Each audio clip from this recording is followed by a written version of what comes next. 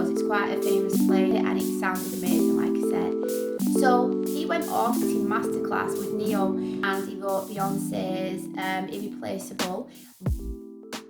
Hi and welcome back to my channel, and if it's your first time here, welcome. My name's Simone. Today I'm going to do a video of when I met R&B singer-songwriter NEYO.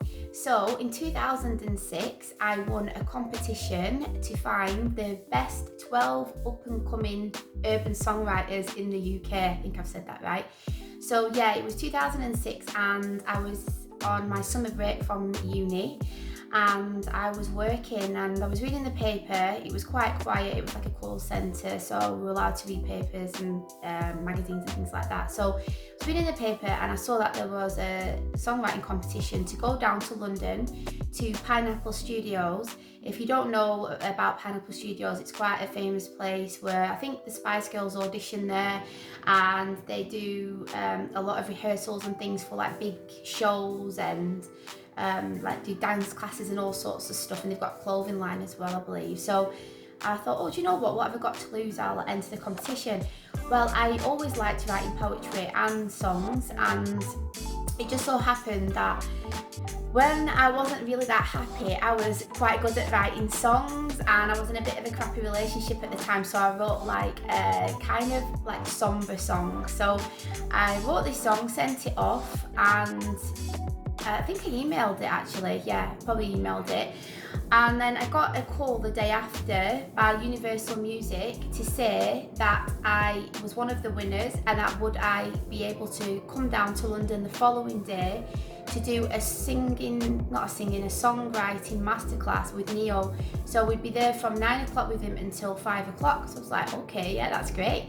So I took the day off work and I told my mum about it, and she was a bit worried. She thought that it might have been a scam or something, especially when I told her who he was, because he just brought out his new debut album at the time, and he just brought out So Sick of Love Songs, that song, if you know what it is. I'd love to put it in, but I'll probably get done for copyright.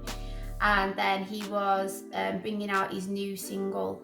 So I got ready and everything, went down really super early in the morning, and like I said, it was summer, it was a really nice day, and I arrived at the place on time, thankfully, because I made sure that I was prepared, because I get lost so easy. Like one time I got me and my friend lost on the subway on New Year's Eve in Paris for 3 hours.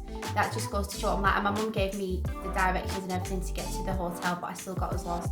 So I made sure that I had all the right directions, and got there. I was first, and there was just loads of people. I think there was like auditioning for a show or something, so they were all there, like all these like model looking types and everything, and I'm just sat there like so nervous and embarrassed. And then I went to the room where it was going to be in, and it said like Universal Music, like they booked this room out.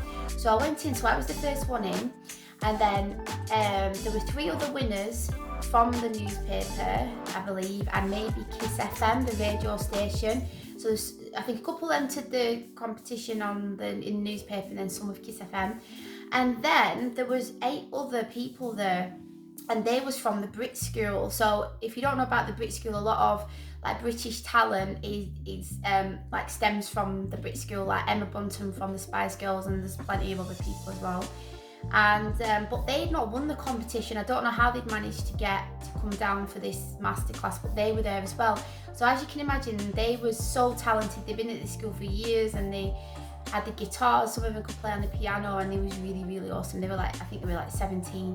So what happened was we sat there and we were chatting away to each other, and then NEYO came in with like his team. So there was like some people from like the Def Jam label, and session singers, a guy who could play the piano.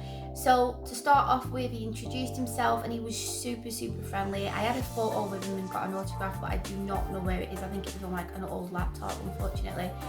And I filmed him as well, improvising. The guy started playing on the piano, and then he just like made his own song up, and it was phenomenal to hear him live. He was really, really down to earth, and he talked about how he wrote the song like, you know, Mario's You Should Let Me Love You, and he wrote Beyonce's Irreplaceable, loads of other songs. He's written for so many R&B artists, and I'm sure someone asked like, why didn't you keep that song, you know, the Mario song, and I think, if I can remember, I mean, it's going like how long? So it's like over 10 years ago now, isn't it? I think he was just wanting to be a songwriter at the time, and he talked about how, I think maybe Amorian, like, he pretty much wrote his own first album as well. Correct me if I'm wrong. Like I said, it's been quite a while, and I've got 3 kids, and I forget easily now. So he just talked about, his career and him going in the studio for his new album, and just his passion for it and everything. And it was just really inspirational, and he was just a really, really decent guy, like I said. So what happened at lunchtime, we all went, not him, he stayed in the building, I think. We all went to Pret a Manger, and the record label paid for whatever we wanted to get. So we chilled outside in Covent Garden and ate that. And then I didn't even know that this was going to happen, but the next step was, whoever won was going to get to record in a Def Jam studio the single. And I didn't even know that we would have to sing. So I love singing. I don't think I'm a phenomenal singer, but it really threw me off, and I was so nervous to think about singing in front of him and his team and everything. So what happened was, he was gonna work with us all. Like, we were getting split into groups. So two groups were in the building, and they was from the Brit school, and then me and the other, I was to call us amateurs because we were going to go outside in Covent Garden Square and go over our songs. So NEYO was supposed to come outside, but I'm assuming that maybe they never thought it out properly, because Covent Garden is really, really busy, and if anybody would have spotted him, they probably would have mobbed him, wouldn't they, if there were loads of fans and stuff. So we sat outside with a session singer, and he was from the label, and he like talked us through our songs and everything. My song, I'd written it out, I didn't have a melody or anything. The lyrics, I remember some of the lyrics. Like I said, I was in a bad relationship at the time, and so it was quite a sad song, and I remember the lyrics being, I cannot live without you, I'm going out of my mind. I cannot live without you, how could you be so unkind? I guess that I'm a fool to waste my tears over you, but it's driving me crazy knowing she's got you.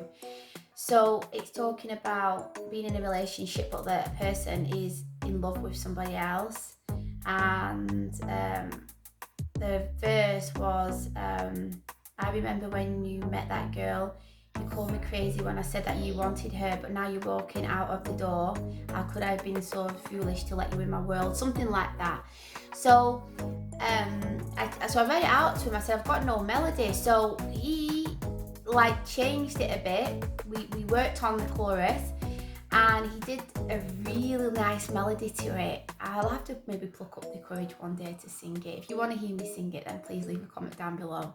So he sounded amazing when he did it, honestly. Like, I just remember it still to this day. So one of the other girls, she'd written a song, and she was so nervous. She was like, I'm not singing. I don't even think she wanted him to sing it. She said, I'll read the song out, and that's it. He asked me, did I want to sing, and he could see I was nervous, so he stepped in and said, I'll sing the song. The other girl, she sung her song, and the other guy that we were with, he sung his song. So we went back in the building, he said, right, okay, everybody's going to sing. So the Brit School ones, as you can imagine, they were absolutely phenomenal, really, really good. One of them, who ended up winning, she's called Lily, and I got an article. I was having a look online to see if there was any documentation of what happened, and I found it, so I'll see if I can link it or take a picture of it or whatever. So she played on the piano, and her music was phenomenal. She just sounded amazing. Then when it was my turn, the session singer said to NEYO, I'm going to sing the song. So he told the guy what he wanted it in, and they played it, and it sounded amazing, like I said. So he went off to have a think about who was going to win, and we just chilled out. And then he gave us all feedback. And this is not me blowing my own trumpet or anything. Don't want to be boastful, but he gave everybody feedback, and most of it was positive, and there was some like positive criticism. But with mine, when it came to mine, he looked down at the sheet, and he's like, whoa, he said like, Simone, wow, wow, wow. And then he started like doing a little melody of the song, and he's like, absolutely brilliant song. And you're really, you know, really talented, and like just gave me loads of lovely feedback. So he decided, like I said, on the Brit School winner. And afterwards, as we were leaving, he came over and he gave me a hug and he gave me an autograph, and he said, you know, keep writing, you've got a talent. And then the record executives, they came over and they said that basically if I'd have sung, then I might have been in with a better shot of winning. But I suppose if someone's going to go and record in Def Jam studio and they don't even know how I sing, I could be absolutely awful, couldn't I? So, and I did say to them though, I said, how come these, because obviously they're like professionals really, how come they got to come when I thought it was just open to amateurs? And they said, we didn't know that they were going to come. And but yeah, we've chose her to record this single, so I think she did go on to record it, because she's I've seen that on a YouTube page. I think that she's like a professional singer now. So yeah, so I was so gutted.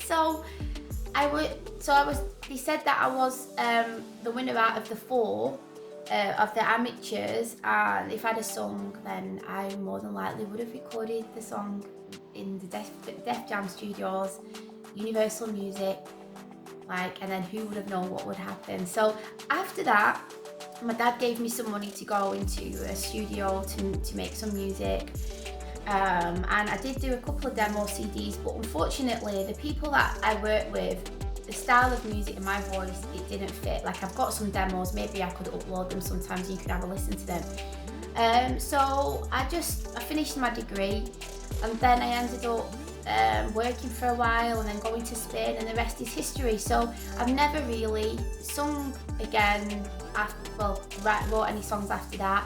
I've had entered a couple of like little competitions and sung a bit of karaoke, and that's it. But Jay asked me about that, or if I have done any singing or writing songs after. And like I was saying, if I'm happy, I find it very difficult to write songs. So no, I've not really written any songs recently, but maybe I will have to try and tap into something else to try and bring out those, what am I even thinking, what word? The songwriting talent for it to come back, I don't know. So yeah, I really, really hope that you liked this video. It's just something that I wanted to share with you. I really enjoy doing these story times, and I hope that you like them too. In my next one, which I should have done for this Sunday, but I'm going to do next week because I'm going to try and put some pictures in of me at the time, I will be talking about when my hair set on fire. So obviously it's not really a funny story, but I wanted to share it with you anyway. So if you like this video, then please give it a thumbs up, and if you're new here, then I would love it if you could subscribe to my channel. And thanks for watching, and I'll see you next time. Bye.